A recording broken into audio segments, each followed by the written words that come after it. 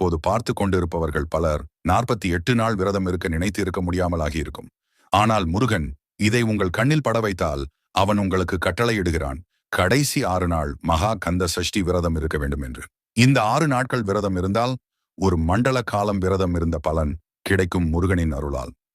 முருகன் மீது நம்பிக்கை இருந்தால் ஓம் முருகா போற்றி என்று சொல்லி சப்ஸ்கிரைப் செய்து கொள்ளுங்கள். அக்டோபர் மாதம் 22ஆம் தேதி முதல் 27ஆம் நாள் வரை இந்த விரதம் இருக்க வேண்டும். இந்த விரதம் இருப்பவர்கள் கட்டாயம் இந்த விஷயங்களை சந்திப்பீர்கள். இது முருகனின் ஒரு சோதனை மட்டுமே. உங்களை தேடி அசைவம் வரும், உடல் நலம் முடியாமல் போகும், வீட்டில் அதிக சண்டைகள் இருக்கும். இந்த விரதம் இருக்க வேண்டுமோ என்று எண்ணம் மனதில் தோன்றும். அதிகம் கோபம் வரும். வீட்டிற்கு சென்றாலே சண்டைதான் வரும்.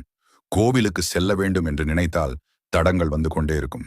இப்படியெல்லாம் நடந்தால் மனம் தளராமல் உங்கள் விரதத்தை விட்டுவிடாமல் தொடர்ந்திருங்கள். இப்படி நடந்தால் உங்களை முருகன் சோதிக்கிறான் என்று அர்த்தம்.